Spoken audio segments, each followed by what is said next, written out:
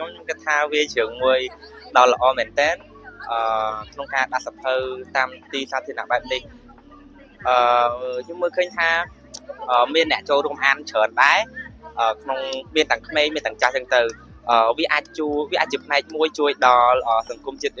យើងមួយផ្នែកទូចទោះវាមិនច្រើនមែនក្នុងការជួយដល់វិស័យអប់រំនៅកម្ពុជារបស់យើងទាក់ទងនឹងការអានទាក់ទងនឹងការបណ្ដុះគំនិតដល់ក្មេងៗតូចៗដែលគាត់មានគំនិតក្នុងការអានសភៅចឹងទៅដូចមុនហ្នឹងខ្ញុំឃើញមានឪពុកម្ដាយគាត់បានមកអង្គុយជាមួយកូនរបស់គាត់ហើយបានបង្រៀនកូនរបស់គាត់អានសភៅហ្នឹងផងដែរអញ្ចឹងខ្ញុំមកឃើញថាវាជារឿងមួយដែលល្អខ្លាំងសម្រាប់ប្រទេសយើងហើយខ្ញុំក៏ចង់ឲ្យមានការដាក់សភៅបែបហ្នឹងនៅទីកន្លែងផ្សេងមិនមែននៅតែមុខវាំងឬក៏មាត់ទន្លេហ្នឹងទេដូចជានៅទីរួមខេត្តផ្សេងក៏ដោយក៏យើងគួរតែដាក់បែបហ្នឹងដើម្បី